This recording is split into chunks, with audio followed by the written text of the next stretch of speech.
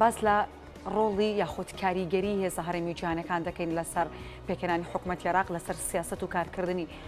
حکوومەت عێراق. ئاگادارین کە لایەنە سیاسەکانی عێراق لە ئێستادا لە گفتوگۆی بەردەوامدان بۆ ئەوی کە بتوانن حکوومەتی داهاتوو یاخود حکوومەتی نوێ عێراق پێک بێنن، بەڵام ئەوەی کە بۆ هەمومان ڕۆنە ئەوەی کە هەمیشە لایەنەکانی دەرەوەی عێراق ئەخود وڵاتانی نێودەوڵەتی و هێزە سیاسیە نێودەوڵەتی و جیهانیەکان هەمیشە دەسوەردان دەکەن لە بارودۆخی عێراقدا کە ئەمە وا دەکات هەمیشە سیاسەتی عێراق باڕاستێکی دیکەدا دەبات، وا دەکات ئەجێندای کارەکانی عێراق گۆڕانکاری بەسەرتا بێت. ئێمە گفتوگوێن بابەتاکی مە میوانداری عەدالەت عەبدوڵڵا نووسەر و ئەکادمی کە ڕاستەوخۆ جەنابیان لێرن. کاک عەدالەت زۆر بەخێربەی. بەخێراتی کاک عەدالەت. خۆشحاڵین کاتیت سەرچاوم. کاک عەدالەت پێشەوەی بڕۆین باز لە کاریگەری هێز و لایەنە سیاسیەکانی دەرەوەی عێراق بکەین، دەمەوێت سەرنجی جەنابەت بزانم سەبار بەم دۆخی کە ئێستا عێراق پێیدا تێدەپەڕێت، پێشبین دەکەی وازە حکوومەت پێک بهێنرێت؟ ئەو قۆناغی کە ئێستا عێراقی تایانی درێژکراوەی هەلومەرجی دەتوانین بڵێن ئەو چەند ساڵی دوای قۆناغی پرۆسەی ئازادیە بە بەردەوامی ناسەقامگیری و بەهۆی ناسەنقامگیریشەوە دەستێوەردانی دەرەکی وەکو بەشێک لە ژێر ناونیشانی هەڵدان بۆ جێڕانەوەی سەقامگیری بۆ عێراق و جێڕانەوەی ئەمن و ئاسایش بۆ عێراق و کۆکردنەوەی عێراقیەکان لە دەوری پرۆژێک هەمیشە ینی دەستێوەردانەکان زۆربەی کات لە ژێرم تایتڵانەیە ئاکرێ، ینی بە ناوی هاوکاریکردنی عێراقیەکان کۆمەڵێک ئەجندا و کۆمەڵێک بەرژەوەندی تایبەت هەیە کە هەم وڵاتانی هەرێمایەتی هەم وڵاتانی ئەوروپا و جیهان هەیەە. خۆی ئەگەر ڕاست بوێ ینی پرۆسەی دروستکردنی دەوڵەتی عێراق خۆی پرۆسەیەکی نەئاساییە، ینی لە دایکبوونێکی نەئاساییە. دروستبوونی دەوڵەتی عێراق لە ساڵی 1920ەوە بۆ ئەتوانین بڵین بۆ ڕۆژگاری ئەمڕۆ هەر خۆی بە دەستێوەردانێکی دەرەکی بووە، چونکە دەوڵەتی عێراق کۆلۆنیالیزم دروستی کردووە، ینی ئیستیعماری بریتانی دروستی کردووە بەڕێکەوتنی چەند هێزێکی گەورەی ئیستیعماری کە قەناعەتیان وا بووە بێ شتێک هەبێ جوگرافیایەکی سیاسی هەبێ بە ناوی عێراق،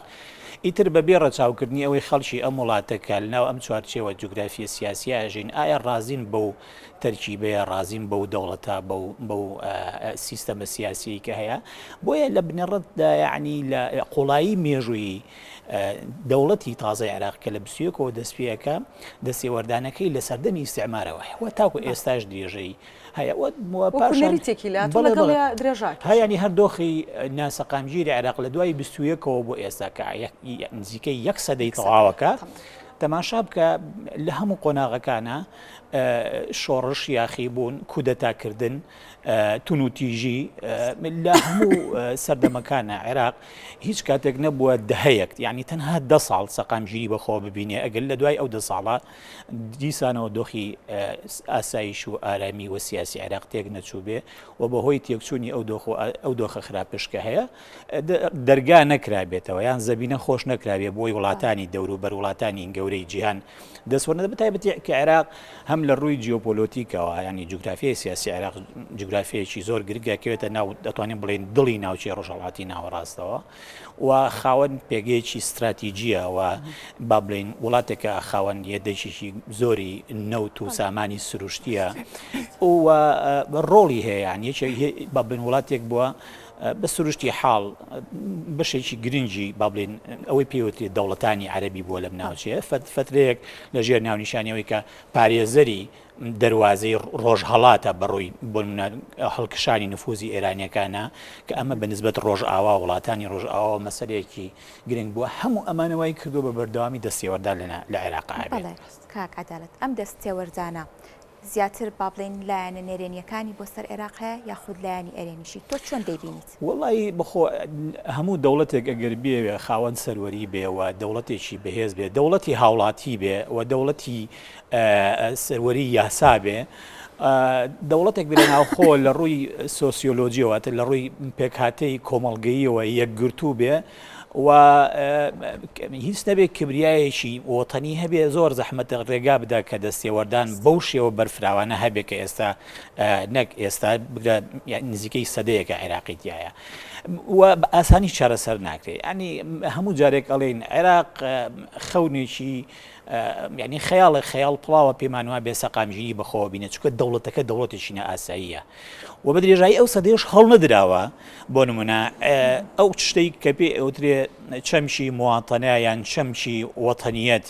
نیشن ئەمە لە ناو عێراقەکانە نەچەسپێنراوە ئینتیما بۆ تایەفە و بۆ مەزهەب و بۆ نەتەوە و بۆ ئەتنیک و بۆ تەنانەت خێڵ و عەشرەت بەهێزترە لە ئینتیما بۆ جوگرافیایەکی سیاسی دیاریکراو کە کۆکەرەوەی هەموو عێراقیەکان بێ بۆ چونکە بە درێژایی مێژووی دەوڵەتی تازای عێراق ئەوەی کە لە منزومەی سوڵتەیە بووە لە عێراقا کە خۆی بە شێوەیەکی نەئاسایی هاتووە یان دانراوی کۆلۆنیالیزمە یان کودەتایی کردووە یان شۆڕشی کردووە بە هەر حاڵ بە شێوەیەکی دیموکراتیانە نهاتوو دەحکوم و لە بەرەوەی منزومەی سوڵتە لە عێراقا بە شێوەیەکی دیموکراتیانە تەداولی سوڵتەی نەکردووە هەموو کاتێک یەکێک لە دەرەنجامە چاوەڕوانکراوەکان ئەوەیە کە ڕێز لە کۆمەڵگەی عێراقی ناگرێ و توانای جێبەجێکردنی دوو ئەرچی گرنگی دەوڵەتدارێتی نییە کە بریتین لە چی ئەو دوو ئەرکایەکیان دابەشکردنی دەسەڵات بە شێوەیەکی دادپەروەرانە دووەمیان دابشکردنی سامان بە شێوەیەکی دادپەروەرانە ئاین تۆ تەماشاکە لە یەکەمیانە مەسمان دابشکردنی دەسەڵات بە شێوەی دادپەروەرانە کورد بەشێک نییە لە ناو منزومەی دەوڵەتی عێراق شیعەکان بەشێک نین لەناو ینی ئەوەی کە بە شێوەیەکی بەرچاو ڕۆڵێکی ڕێ لە دروستکردنی دەوڵەتی عێراقەوە لە ناو پێگە سەرچەکانی دام و دەستگاکانی دەوڵەتی عێراقی ڕۆڵی پێدرێ سونەکانی عێراقن تا ئەگاتە پرۆسی ئازادی دوای لە پرۆسی ئازادیش اینجا شیعەکانی عێراقن و سونەکان نەخرێن ئەو لە ئەو خۆ کورد هەر بەدبەخت بووە بە درێژایی تاریخ مەگەر لە دوای پرۆسی ئازادی و شانسێکی بۆ هەڵکەوت بێت دیسانەوە ئەو شانسەش بەردەوام لە بەردەم دنیایەک بربەرەکانی بۆ خۆمان ینی مێژووی هاوچەرخ هەمومان بیرمان حتمما لە دواتردا باسی ئەواکەین کورد بۆچی نەیتوانێت و پێگێکی بەهێز لە بەختات بەدەست بهێنێ بەڵام ئەو هۆکارانی کە باس کرد دەتوانین بڵێن ئەمە هۆکار بە بۆ ئەوی لە پاش سەدەیەک هێشتا عێراق بەم شێوازی و بەم شێواوەی ئینەکات حکومڕانی ئەکات بۆچی نەیتوانێت ینی کەسێک نەبوو لە یەک سەدەیە بتوانێت عێراق کۆ بکاتەوانێ دەوڵەتێک پێک بێنێ هیچ نا ئەم کاریگەری زۆری هێزەکانی دەرەوەی عێراق کاریگەری ئەوەندە نەبێت لەسەری خۆی زین چۆنی سیستەمی سیاسی لە عێراقا لەبەر ئەوەی لە سەرەتای دروستبووین دەوڵەتی عێراقەوە سیستەمێکی نەئاسایی بووە بە بەردەوام پێویستی بە چیە بە دروستکردنی هێزی میلیتاریە بۆ ئەوەی ئەم دەوڵەتی پێ بپارێزێ هێزی میلیتاریش بە تایبەتی ئەگەر پاڵپشتیەکی دەرەکی هەبێ بۆ جێبەجێکردنی هەندی ئەجندای تر وەک ئەوەی لە تەجروبەی سەدام حوسێنە بینیمان لە 68ەوە بۆ 2003 کە فترەی حکمی بەعسە ئەم دەوڵەتە میلیتاریە واکە بەردەوام یا پەلاماری میلەتەکەی خۆی ئەدا لە ناوەوە یا پەلاماری دەوڵەتانی دراوسێدا هەموو پەلاماردانێکی دەوڵەتانی دراوسیانیان میلەتەکەی خۆت ئەمە خۆی باشترین هۆکارە بۆ ئەوەی دەستێوەردانی دەرەکی سەرهەڵدە باشە خۆ عێراق ئەگەر جەنگی عێراق ئێران نەبووە جەنگی 8 ساڵی عێراق ئێران لە 80ەوە بۆ 88 بە دڵنیاییەوە بەشێکی وڵاتانی ڕۆژئاوا و ئەوروپا پێویستیان بەوە نابوو کە پاڵپشتی سەدام حوسێن بکەنەوە بەوەنێ و پاڵپشتیەوە بۆ منە میلەتانی بندەسی وەکو ئێمە وەکو کورد لە عێراق بینە ژێر پێوە دنیایەک تووشی دنیایەک تراژدیای گەوری وەکو ئەنفال و ئەوانە بین بەبێ ئەوەی کەس لەسەرمان هەڵبە و ئەگەر بۆ منە نیزامی سەدام حوسێن لە دوای حربی عێراقی ئێرانیشەوە پەلاماری کوێتی نەدایە دەستێوەردانی دەرەکی و ئەوەی پێوتێ غەزوی ئەمریکی داگیرکاری ئەمریکی بۆ عێراق لەنەوە تا دەستی پێ ناکرد یان پرۆسەی بابڵێن ئەوەی کە پێوتێ گەردەلوولی بیابان کە نیزامی سیاسی لە عێراقا نیزامێکە لە بەرەوەی بەنائاسایی حکمەکە بە بەردەوامی یەک دنیا هەل و دەرفەت ئەرەخسێنێ بۆ هەموو وڵاتێکی دەرەوەی دەوڵەتی عێراقی بۆی دەوەردام کە لە ژێر ناونیشانی جیاجایە و بۆ نمونە کاتێک کە تەماشای پێکاتی کۆمەڵگەی عێراقیەکە ئەو کاتە هەندێک بیانووی تریش هەن بۆ دەستێوەردانی دەرەکی لە دۆخی عێراق تا ئەو دقەی کە تیاژین کەم ئێمە قسەمان لە مەسەلەی پێچێنانی حکومەتی عێراقیە بوو بۆ نەمە پێکاتی کۆمەڵگەی عێراقی پێکاتێکە پێک دێ لە سا 60 شیعی عێراقا لە سا 30 نزیکەی سونەی عێراقا ئێمە جزئێکین لە پێکاتەیە و لەگەڵ هەندێک کەمە نەتەوایەتی و کەمە ئاینی تر ئەم تەرکیبەیە درێژکراوەی ئیقلیمی هەیە بۆ نمونە ئێرانیەکانیش مەزهەبی شیعەن با بڵێن سونەکانی عێراق لە ڕووی مەزهەبیەوە خۆیان بە درێژکراوی سونەی ناوچەی ڕۆژهەڵاتی ناوەڕاست و وڵاتانی کەنداوات ئەم کاتێک کە با بڵێن دەمارگیری بۆ تایەفە بۆ مەزهەب لەسەر حسابی دەمارگیری ناڵێم دەمارگیری لەسەر حسابی ئینتیما بۆ نیشتیمان بەهێزترە بێ ئەو کاتە ئەم دەمارگیریە ئەبێتە هۆکارێک بۆ دروستکردنی خاڵی کۆکەرەوە لە نێوان ئەم بەشە لە پێکاتی خەڵکی عێراق لەگەڵ ئەو بەشە لە پێکاتی خەڵکە لە ناو نیزامێکی سیاسی و لە ناو دەوڵەتێکی ترایە ئێستا تەدەخولی زۆری ئێرانیەکان بۆ کاروباری ناوخۆی عێراق پەیوەندی بەچی وەیە زۆر جار پەیوەندی بۆ هەیە کە پیان وایە یەکەم پیان وایە لە کۆمەڵگەی عێراقی زۆربەی زۆری شیعەوە بافی شیعەکانەکە ئەو پێگە متەمیزەی کە ئێستا هەیەنە بیپارێزن و ئەوانیش وەکو دەوڵەتێک پیان خۆشەکە شیعەی عێراق هەژموندار بێ و سونەکانی عێراق ئێستا وڵاتێکی وەکو سعودیە وڵاتێکی وەکو ئیمارات وڵاتێکی وەکو ئەردەن وڵاتێکی وەکو میسر کە بە شێوەیەکی ڕاستەوخۆ و جاری وایە ناڕاستەوخۆیان وڵاتێکی وەکو تورکیاش لە پەنایانە کە پاڵپشتی هەندێک هێز و ڕەوتی سنی ئەەکەن لە عێراقا چییە مەسەلەکە تەنها هۆکارە سیاسەکە نییە کە دەوڵەتێک هەیە لە ناوچەی ڕۆژهەڵاتی ناوەڕاستە کاریگەری هەیە بەسەر هەلومەرجی ناوچەکە و دەستی وەردانەیە لە کۆمەڵە کۆماری ئیسلامینە بەڵکو بێجگە لەم هۆکارە سیاسی هۆکارێکی مەزهەبیە پیان وایە ئەوان دێن بەداکۆچی لە پێکاتەی با بڵێن سنەشەکەن لە عێراق ئەمە جگەلەوەی تورکیا ئێستا بە ناوی پاراستنی کەمە نەتەوایەتی تورکمانیشەوە نەتەوەی تورکمانیشەوە ئەویش ینی دەستی وەردانی لە ناوخۆی عێراق هەموو ئەم هێزانە بەڵێ لە ئێستادا لە هێزێک زیاتر دەسوەردان دەکات لە عێراقدا هەندێک جارم هێزانە خوان نەک هەندێک جار هەمیشە ناکۆکن بێکەوە کەواتە عێراق دەچێتە چ دۆخێکەوە یاخود عێراق چۆن مامەڵە لەگەڵ ئەم ناکۆکیاندا بکە خۆ تازە مداخەلەکانە هەرە هەیە بەڵام عێراق دەتوانێت خۆی لەم پارێزە چۆن مامەڵە لەگەڵ ناکۆکی ئەم لایەناندا بکە هەموویان دەسوەردانەکەن خاڵی لاوازی عێراق ئێستا چییە لەوەیە کە دەوڵەت بەهێز نییە کە دەوڵەت بەهێز نییە بەدیلی ئەوەی کە دەوڵەت بەهێز نەبێت چییە هەموو ئەو گروپە سیاسیانن کە لە گۆڕۆپانەکەی هەن ئەوان ڕۆڵی دەوڵەتە گیرن چ لە ڕووی عسکەریوە چ لە ڕووی سیاسیوە چ لە ڕووی پەیوەندینە و دەوڵەتیەوە هەموو ئەم گروپانە کە لە دەوڵەت بەهێزتر بوون بە سروشتی حاڵ ئەمانە ارتباطاتیان هەیە لەگەڵ وڵاتانی ئیقلیمیە لە کاتی دروستکردنی حکومەتە پێویستیان بە پاڵپشتی وڵاتانی ئیقلیمی و نێودەوڵەتیە لە کاتی چارەسەرکردنی هەندێک لە قەیرانەکانە بەهەمە لە کاتی بۆ نمونە کێشە ئەمنیەکانە بۆ ئەممان نەزانین کە داعش کاتێک داخلی عێراق بۆ بەشێکی زۆری خاکی عێراقی داگیر کرد لە ڕاستی ئەگەر ئەمریکیەکان وەگەر ئێرانیەکان و ئەگەر هەندێک جار هەندێک وڵاتی کەندا و عەرەبی نەبووایە وڵاتانی ئەوروپا نەبووایە ناتۆ نەبووایە عێراق زۆر زەحمەت بتوانێت لە دەستی داعش ڕزگاری ببێ بە هەمان شێوە ئێستا کاتێک کە دەوڵەت خۆی بەم شێوە لاواز بێ ئەم گروپانش لە قۆناغێکی مێژوویە ڕۆڵیان هەبێ ڕۆڵیان لە دەوڵەت بەهێزتر بێ لە ڕوبەڕووبوونەوەی کۆمەڵێک تەحەدیاتە کە ڕۆبەری عێراق بێت ئەو کاتە پێگەی دەوڵەت خۆی بە سروشتی حاڵ پێگەیشی لاوازە بێ و توانای دابینکردنی هەموو ئەو چاوەڕوانی ئەو پێویستیانەی خەڵکی عێراقی نابێ و ئەمە خۆی ئەبێتەوە بچی ئەبێتەوە سەرچاوی قەیران و کێشە بۆ دەوڵەت و بۆ ئەوەی چارەسەر بکری ئەو کێشە و قەیرانانە هەموو ئەم هێزانە بە سروشتی حاڵ بەشێکی هەرێکیان بەشی خۆی پێگەی جەماوەریەیە لە ناو کۆمەڵگەی عێراقیە ئەمانە وەک ئەیبینی لە 2009ەوە هەمیشە شەقامی عێراقی شەقامێکی کوڵاوە پڕ لە ناڕەزاییە و ئەم ناڕەزایی و ئەم بابلین خۆپیشاندانانەی کە لە عێراق ئەگرێ کە نتیجەی ئەوەیە دەوڵەتێکی لاوازە خەدەمات پێشکەش ناکە ناتوانێت ئەمن و ئاسایش پێشکەش بکە ناتوانێت بابلین گەندەڵی کۆتایی پێبێنێ هەموو ئەمەوە ئەکاکە بەشێکی زۆری ئەم هێزە سیاسیانە بە پاڵپشتی هێزی ئیقلیمی هەڵبن بەدیلێک بۆ ئەو هەلومەرجە بدۆزنەوە یعنی لەناو تەرکیبەی دەسەڵاتی سیاسی لە عێراق زیاتر لە هێزێکی سیاسی لەناو هەر پێکاتێکیشە زیاتر لە هێزێکی سیاسی بۆ ناو پێکاتی شیعەکە سەرنج بدەیت ڕەوتی سەدر هەیە ئیتاری تەنسیقەیە کە پێوتێ چوارچێوەی هەماهەنگی شیعی لەناو کوردە پارتی هەیە یەکێتی هەیە حزبەکانی تریە لەناو سونە هەیە جەماعەتی تەقەدوم هەیە یعنی لەناو هەموو پێکاتێکش کۆمەڵی گروپی سیاسیە کە هەموو ئەمانە بۆ ئەوەی بەدیلێکیان بۆ دۆخی عێراق بێ هەرێک و شێوەیەک لە سیاست و گۆتاری خۆی هەیە بەشێکی زۆرشی بە ئاشکرا بەڕاستی لە ڕێگەی پاڵپشتی دەرەکیوە شتانە عدالت دیارە دەستێوەردانەکان با بڵێن بەرژەوەندیەکە دوولانەیە و زیاتر زیانەکانی بۆ عێراق هەروەکو بەڕێزیشتان ئاماژەتان پێکرد لە ئەنجامی ئەو ناکۆکیە کە لە نێوان عێراق خۆیدا هەیە چۆن لایەنە سیاسیەکانی عێراق بە هەمەنگی لەگەڵ لایەنەکانی کورد با بڵێن عێراق هەمووی بەیەکەوە بتوانن بگەنە خاڵێکی هاوبەش تاکو خۆیان بەهێز بکەن و دەستێوەردانە دەرەکیەکانیش کەم بکەنەوە خۆی بۆ ئەوەی دەوڵەتێک توانای ینی وەکو مۆگناتیزێک توانای کۆکردنەوەی هەموو جەمسەرە ناکۆکەکانی ئەبێ ئەو دەوڵەتە پێشە شتێ دەوڵەتێکی بەهێز بێ بەهێز نەک لە ڕووی میلیتاریەوە بەهێز لە ڕێگەی دامەزراوەوە یعنی بۆ من دامەزراوەکان ئیشی خۆی بکەن ئەمە پەرلەمانە ئەنجومەی نوێنەرانی عێراق ئەبێ ڕۆڵی مێژوویی خۆی بژێڕێ کە بریتە لە چاودێریکردنی دەسەڵاتی ڕاپەڕادن لە عێراق و چاودێریکردنی ئەو یاسانەی کە دەری کردووە لە دوای ساڵی 2005 بۆ ئێستا و دامەزراوەکانی تر ئەمە دەمەزراوی ڕاپەڕاندن کە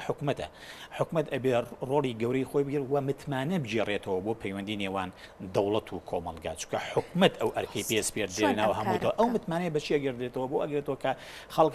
هەست بە ئینتیمام کە بۆ دەوڵەتەکە ئەویش لە ڕێگەی چیوە لە ڕێگەی ئەوەی بۆ نمونە نادات پەروەری نهێڵێ خزمەت گوزاری هەبێ بۆ نمونە گەندەڵی نەبێ خەڵک سیقەی بە هەبێ بەدام و دەستگاکان کە کاروبارەکانی بەڕێوە ئەچێ هەست بە مافی هاوڵاتی بوون کە هەست نەکا لەبەر ئەوەی شیعەیە کارەکەی کاروبارەکانی لە منطقە سونەکانە بەڕێوە ناچێت لەبەر ئەوەی سونەی ئیش و کارەکانی لە منطقە شیعەکانە بەڕێوە ناچێت لەبەر ئەوەی عەرەبە لە هەرێمی کوردستانە ئیشی بەڕێوە ناچێیان لەبەر ئەوەی کوردە هیچ ئیشێکی یعنی ئینتیما گێڕانەوەی ئینتیما بۆ دەوڵەت لە ڕێگەی جێبەجێگرتنی پرەنسیپی هاوڵاتی بوونە کە ئەمە ئەرچێکی یەکجار قورسا ڕەنگە زۆر زەحمەت بێ بن تەسەوری خۆم وایە کە زۆر زەحمەتە لە دەوڵەتی عێراق تا ئەم خۆناغەش بە ئاسانی بتوانێت ئەم جۆرە بەهایانە ئەم قیەمە سیاسیانە بە ئاسانی جێگای بکرێتەوە بۆ ئەوی بێتە هێزی کۆکەرەوەی هەموو عێراقیەکان خاڵێکی تر ئەوەیە کە هەموو ئەو هێزە سیاسیانەی کە لەناو پرۆسەی سیاسی عێراقن بگەنە ئەو قەناعەتی کە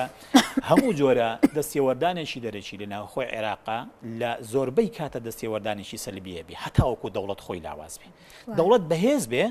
خاوەن دامەزراوی بەهێزێ بەدڵنیایەوە ئەو دەستێوەردانانە بە سروشتی حاڵ هەندێک جار ئەتوانرێت ئیسtismار بکرێ بۆ باشکردنی دۆخی عێراق بۆ نمونە یعنی دەستێوەردانی دەرەشی لە دۆخی عێراق لە کاتی داعشە دەستێوەردانێکی ئیجابی بووە بەو مانایی کە عێراق خۆی داوای کردووە نەک بەسەریا بسەپێنرێ عێراق کاتێک کە داوای پاڵپشتی وڵاتە یەکگرتوەکانی ئەمریکا و وڵاتانی عەرەبی و ناوچەکە و وڵاتی چووک و ئێران و تەنانەت تورکیایشی کرد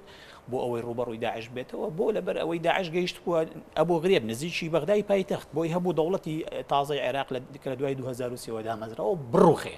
کەواتە ئەم جۆرە دەستێوەردانە دەستێوەردانێک کە ئەگەر چی ڕەنگە لە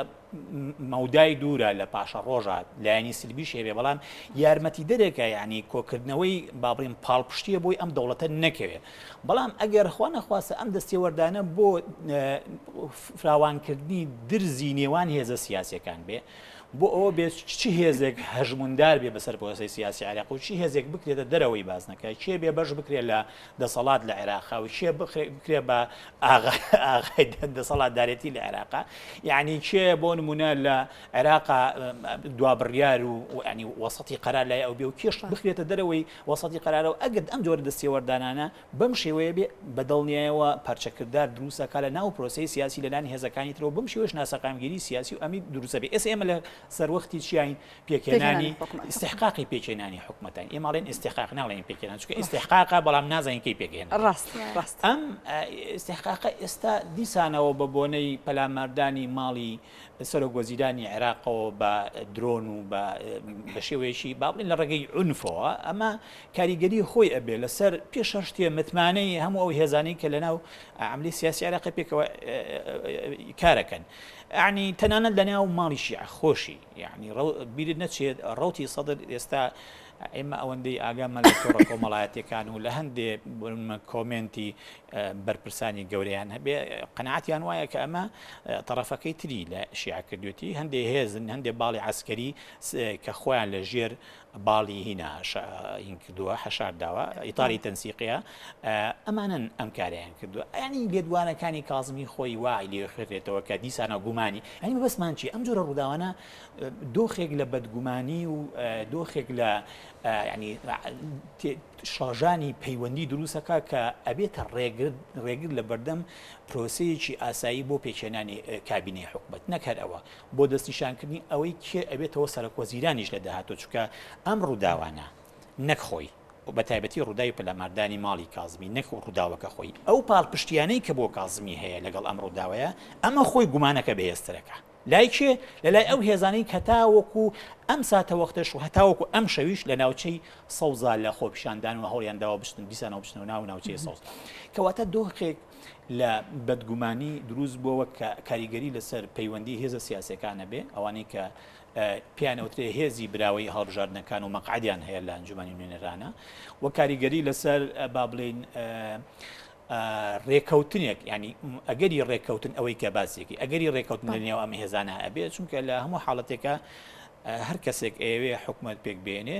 جارێ پێشەر شتێ ناتوانێت خۆی بەتەنیا ئەم کارە بکە لەبەر ئەوەی بۆ منە ڕوتی سەدر پێویستی بە هاوپەیمانێتیە لەگەڵ ئیتاڵی موسیقی پێویستی بە هاوپەیمانێتیە لەگەڵ کووردا پێویستی بە هاوپەیمانێتی لەگەڵ ئەو هێزانی کە لە دەرەوەی پێکاتە سەرچەکانن و لە هەموو دۆخێکە ئەوش کە معالمی دەرکەوتووە ئێوێ حکومەتێکی بنکە فراوان دروستکە حکومەتێکی بنکە فراوانیش بەبێ مامەڵەکردن لەگەڵ ئەو هێزانی کە ئەو هێزە تەقلیدیانی کە لە ساحەکەیان کارێکی زەحمەتە و لە سایه ئەو دۆخە لە ناسەقامگیری و بەدگومانی و گومانکردن لە یەک و ناڕزایی دەربرین و بەریەکەوتنی نێوانیان بەدڵنیاییەوە تا ڕادێکی زۆر پرۆسەی ئەوەی کە پێوتێ ئیجماع یان ڕێکەوتن کۆدەنگی بۆ پێکێنانی حکومت پرۆسەیەکە ناڵین یعنی ڕوونادا بەڵام زۆر بەخاوی بەڕێواچێ و لە بەردەم احتیمالی ئەوەشەیە کە هەندێک پەرسەنی تری بێتە پێشەوە ممکنە و پەرسەدنانە ئیجابی بن و ممکنیشە لە ڕاستیە سەلبی بن ئەوەندەی تر پرۆسەکە دواخە بەتایبەتی کە ئێمە هەموو جارێ لە دوای پرۆسەی ئازادی عێراقەوە لە 2023ەوە بۆ ئێستا هەر کاتێک کە ویستراوە حکومت پێک بهێنرێ یەک دنیا عەرقەڵی هاتووەتە پێش گرفتی جاری وا بۆ حکومت بۆ ئەمڕۆ انتخاباتی عێراق تەواو بووە دوای ساڵێک حکومت پێکێنراوە يعني ئەم حاڵەتە ممکنە لە عێراقیشە تەسیری خۆی هەبێ ئەمە جگەلەوەی بیرتان نەچێ هەتاکو ئێستا بەشێک لە هێزەکانی عێراق پێیان وایە ئەنجامی هەڵبژاردنەکان دروست و ئەبێ هەڵبژاردن بکرێتەوە و بە هیچ وعدێکی حکومەتی عێراقیش و کۆمسیۆنی باڵای هەڵبژاردنەکانیش بە هیچ ینی ئەو دڵنیایانەی کە ئیدەن بە هیچێکی لەمانە دڵیان ئەو ناخواتەوە و داواکەن پێداگرن کە ئەو پرۆسەیە بە تەواوەتی ڕەتەکرێتەوە و ئەبێ بەدیلێک بدۆزرێتەوە بەدیلەکە ئایا ئەنجامدانی هەڵبژاردنێکی ترە ئایا ئەوەیە بچنە ژێرباری سەر لە نوێ حد و فەرزی دەنگەکان لەسەر تاسەری سنووقەکانی دەنگدانە کە ئەمەش پرۆسێکی یەکجار قورسە زۆر زەحمەتە یعنی دۆخی عێراق بەیان بەداخەوە دۆخی شلۆخە دۆخێکی زۆر نائاساییە لە هەرکیەوە دەستی بۆ بەی سەیرەکەی یعنی بە ئاسانی هیچ شتێک ناچێتە پێشەوە و ئەمەشەوەکە مەسەلەی پێکێنانی حکومەتیش مەسەلێکی ئاسان نەبێت باشە کاک عەدالەت بەشێک لە سیناریۆکان کە باس لەواکەن ئەو کەسانی یاخود ئەو ئەنجامدەری هێرشەکەی مستەفا کازمی و سەرماڵەکی مستەفا کازمی ڕەنگە پەیوەندی بێ هەبێ بە ئێرانەوە ئەگەر بە نمونە ئەمە پشتڕاست بکرێتەوە ئێران ئەم کاری کردبێت یاخود دەستی هەبێت لە ئەنجامدانی ئەم کارەدا پەیوەندی نێوان عێراق و ئێران چی بەسەردێ خۆی لە هەموو دۆخێک ئێرانەوە خۆشت باسێکی دەستێوەردانێکی زۆریشی ئێرانیەکان ڕاستەوخۆ شتە ناکەن ئێرانەکان خاوەن نفوزی گەورن لە یەمەن لە لوبنان لە سووریا لە عێراق لە هەندێک وڵاتی عەرەبیشە بەڵام ڕەنگە وەکو ئەم 4-5 وڵاتی کە باسم کرد زەق نەبێ هێزێک کۆمەڵێک هێز و کۆمەڵێک گروپ هەن کە داعمیانەکەن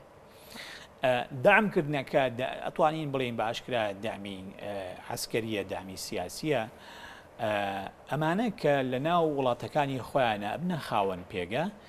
بەو مانایە نییە لە هەموو بڕیارێکە و لە هەموو جوڵەیەکی سیاسی یان عەسکەری خۆیانە ڕاستەوخۆ بگەڕێنەوە بۆ تاران و پرس بەوان بکەن بۆ ئەوەی چی بکەن کاتێک بوون بە بەشێک لە پرۆسەی سیاسی ئەو وڵاتە بۆ نمونە لە نموزەجی عێراقا ئێستا بۆ نمونە بەشێکی زۆری ئەو هێزانی کە نزیک لە کۆماری ئیسلامی ئێران لە قەڵەمە درێن ئەم هێزانە خۆیان هێزی کاریگەرن لە ناو پرۆسەکە یعنی بۆ نمونە هاوپەیمانێتی فەتح ڕاستە ئەم جارە کورسەکانی کەمی کردووە بەڵام هێزێکی سەرەکیە جەماعەتی قەیس خەزعەلی عەسقایبی ئەهلی حەق هەروە بێتەوە جەماعەتی عەبادی و عەمار حەکیم و مالیشی ئەمانە کە هەمویان بە نزیک لە ئێرانیەکان لە قەڵامە درێن هەمویان جزئێکی گرنگ بوونە لە ناو پرۆسەی سیاسی عێراق لە 2005ەوە بۆ ئێستا کەواتە ئەمانە نایەن شتێک بکەن کە پێچەوانەی ئەوە بێ کە خۆیان ئەیانەوێ بەڵام لە پەنای ئەمانە گروپی چەکدارن ئەم گروپە چەکدارانە ممکنە لە ڕاستیە هەندێک جار لە خلالی ئەو ملانیانەی کە لە عێراق هەیە و بە تایبەتی لە ئەنجامی ئەو ناڕەزاییانەی کە دروست بووە بەرامبەر بە ئەنجامی هەڵبژاردنەکان ممکنە هەندێک ڕەفتار بنوێنن بە تایبەتی لە پەلاماردانی کۆنسڵخانە و باڵوێزخانەی ئەمریکا و هەندێک وڵاتی تر و بنکە سەربازەکانی ئەمریکا و تەنانەت بنکە سەربازی هاوپەیمانان لە هەولێر لە حەریر لە کۆمەڵێشەوەی تر ئەم ڕەفتارانە ممکنە لە ڕووی معنەویەوە ئێرانەکان پاڵپشتی بکەن بەڵام لە ڕووی بۆ سەلماندن ناتوانرێ بسەلمێنرێ کە ئەم کارە کراوە هەتا ئەم دقەیەش کوشتنی بۆ نمونە ڕەفیق حەریری لە لوبنان یەکلان نەبووەتەوە معلم گومانەکان هەرەیەکە ئەوەی کردوێتی نفوزی ئێرانەکان کردوێتی بەڵام وەکو دادگا کە دادگایەکی نەوەتی بۆ پێکێنراوە هێشتا یەکلایی نەبووەوە و ئەگەر بۆ نمونە کاسمیشتی یا بچوایە تەزەورە کە مەسەلەکە بە هەمان شێوە بوو یعنی کۆماری ئیسلامی هیچ کارێک ناکە شتێ بەجێ بێڵێکە لەسەری بکەوێ و بۆی دەربکەوێتەوەیە بەڵام چیە لە هەموو حاڵەتێکە گومانەکە ئەمێنێتەوە چونکە ئەم هێزانە لە کۆتاییە چییە چەکداریانەکە و چیە بەهێزیانەکە و چیە پاڵپشتیانەکە ڕوونە لەکۆیە بەڵام لە ڕووی قانونیەوە ئاسان نییە بڵێن ببێتەوە هۆکاری پچڕانی پەیوەندی عێراق و ناکۆچی لە نێوان عێراق و ئێرانە بۆ چونکە نەک لەبەر ئەوەی مەسەلەکە ئەوەیە بەڵگەی تەواو بەدەستەوە نییە بۆ سەلماندنی ئەمە بەڵکو لەبەرەوەی دەوڵەتی عێراقی ئەوەندە زەعیفە بەردەوام پێویستی بە ئێرانەیە بورە میهرەبان هاوکارانم ئاماژە باوکڵەن کاتنەوە بەڵام لە قسەکانتە ئاماژەت بە شتێک حەز ناکەم تێپەڕە دەمێ بە کورتی جوابم دەیتوانێت لە قسەکانتە باسی ئەوت کرد وتت کورد نەیتوانیەوە پێگێکی بەهێز لە عراقدا ئۆکێ عراق وڵاتێکە دروست کراوە بەڵام خۆ کورد دروست نەکراوە کورد نەتەوەیە کە مێژوو باگراوندێکی خۆی هەیە کەسانی سیاسی زۆر باشمان هەبوو کە لە ڕابردوودا حکومی کوردیان کردووە بۆ کورد نەیتوانیوە لەناو ئەم عراقەدا پێگەیەکی باشی هەبێت ئەگەر سەرنج بدەی لە دوای پرۆسی سیاسی عێراقەوە لە 2023 کە 2005 بۆ منە ڕەشنووسی دەستور ئاماداکە و دەستور دەنگی پێدرێ و خەڵکی کوردستانیش دەنگ بەو دەستوراداوە لە چوارچێوەیە دەستورەیە با بڵێن فۆرمی پەیوەندی ئێمە لەگەڵ دەوڵەتی عێراق لە 2023 لەسەر ئەساسی فیدراڵی ڕێگەخرێ هەموو ئەمانە ڕاستە بوێ ڕەنگە بوترێ بە پلەی یەکەم بەرهەمی زادەی هەوڵ و کۆشش و عقلی سیاسی و دووربینی هەندێک کەسایەتی سیاسی کورد بۆ لەوانە لە سەرویانەوە خوا خۆشببوو مامجلال خوا خۆشببوو کاگنە و شیروان دکتۆر فواد معسووم یعنی هەندێک سەرکردە کە شارەزان خەبیری تاریخی عێراقن و ئاگادارن کە بۆ ئەوەی دەوڵەتێک دروست بکرێکەتیایە هەموو پێکاتەکانی مافی وەکێکیان هەبێ چۆن ئەبێ ئەمە ڕنگ بداتەوە لە بڕگە و مادەکانی دەستورە دەستور سەرەتایەکی باش بۆ ئەوەی کورد پێگەیەکی ینی لە ڕووی معنەوی پێگەیەکی باش هەبێ بەڵام لە ڕووی عملیەوە ئایا تا چەند ئەم دەستورە بووە بنەمایەک بۆ ئەوی کورد هەز بە غوبنەکە هەست بەوە نەکە کە فعلەن ئەوەی کە ئەو چاوەڕوانی بۆ لە عێراقی تازە نەهاتۆ دەدی ئەمە پەیوەندی بە ئەو نوخبەیەوە هەیە کە عێراق بڕێەوە با لە دوای 2005ەوە بۆ ئێستا هەموو جارێ ئەگەر سەرنج بدەی بەشێکی بیانووی هەموو ئەو کەسانەی کە سەرۆک وەزیرانی عێراق بوون کە دەسەڵاتی تەنفیزی عێراقیان بەدەستەوە بووە بۆ ئەوەی کە مادەکانی دەستورۆک و خۆی جێبەجێ نەکری ئەوەی کە پەیوەندیشی بە کوردەوە هەیە گێڕایانەوە بۆی عێراق ئیستحقاقی تری هەبووە کێشەی ئاسایشی هەبووە کێشەی ململانی تایەفەگەری هەبووە با بڵێن کێشەی ئابووری هەبووە ئەمانە وایان کردووە نەتوانن ئەو مادە دەستوریانە جێبەجێ بکەن کە بەهۆیەوە کوردیش ئەتوانێت هەز بە وجودی خۆی بکە وەکو هاوڵاتی پلەیەک لەم عێراقا و هەز بە شەراکەت بکە لە عێراقا شەراکەتی سیاسی کورد بۆ پێگەیەکی بەهێزی نییە لە ئێستا لە ڕاستیە هۆکارێکی ئەوەیە کە باسم کرد هۆکارێکی تریشی ئەوەیە کە بەداخەوە ینی کەسێکی وەکو مامجلال ئێستا لە ژیانە نەما و بۆشایەکی یەکجار گەورەی بە دوای خۆیان بەجێش کە پڕ نەبووەتەوە خۆ ڕاست ئێمە خەڵکمان نردوێتەوە بۆ لەوکو کورد بۆ پۆستی سەرۆک کۆماری و بۆ وەزیری و بۆ ئەندامەتی پەرلەمان و بەڵام یعنی لە زۆر بە ڕاشکایی بڵێن مامجلال خۆی لە بەغدا هەموو شتێک بوو بەو مانایی کە خۆی نوێنەرایەتی کوردیەکەت بە دلیلی ئەوەی بۆنم لە هەرێمی کوردستانە ئەوەی مامجلال بیوتایە کەو کاتە سەرۆکی هەرێم کاک مەسعود بارزانی بە قسەیەکرد مامجلال چی بووتە ئەوت تاو مامجلال وتوێتی یەکلا بۆتەوە ئێستا ناوماڵی کورد وانییە کەسێک هەبێ نوێنەرایەتی کورد بکە لە عێراقا کە هەموو هێزە سیاسیەکان بتوانن بە قسەی بکەن یعنی هەندێک جار فرسەتی تاریخی هەیە بەداخەوە پەیوەندی بە ینی بۆ هەیە کە کەسێکی دیاریکرا و کاریزمایەکی دیاریکرا و کارکتەرێک هەیە کە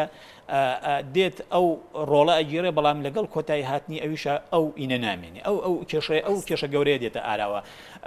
ئێستا بەشێکی لاوازی پێگەی کورد لە بەغا بڕاشکایی بڵێن پەیوەندی بەوە هەیە کە کورد لە زۆر بابەتە کە پەیوەندی بە مەسلەی پێکێنانی حکوومەتەوە هەیە مەسلەی ئەو دۆز و قەزیانەوە هەیە کە ئەبێت داکۆچی لێ بکە لە عێراقا ئەوەی پەیوەندی بە مەسلەی دابەشکردنی پلە و پۆستەکانەوە هەبێ لە عێراقا هاو ئاهەنگی تەواویان لە نێوانە هەیە و نەگوتارێکی هاوبەشیان هەیە تێڕوانینی جیاوازیانەیە بگرە شەڕی شەیە لەسەر پێگە و پۆست و دەسەڵاتەکان ئەمەش وایە کە ببێتە ینی فرسەتێک ئەوانەی کە نسبەی نوێژنە گفتوگۆ لەگەڵ کوردە بۆ ئەوەی کابینەی تازەی حکومەت پێک بێنرێ بیقۆزنەوە لە ڕاست استغلالی بکەن و لەسەر ئەساسی ئەوەش بگرە ممکنە گورزیش بدەن لە هەندێ داواکاری و هەندێ حقوقی سیاسی و ئابووری کورد. خۆش بێ بە خێراتی کاک عەدالەت عەبدوڵڵا نووسەر و ئەکادیمی سپاس بۆ ڕوونکردنەوەکانت زۆر بەخێر بێ بە خێراتی.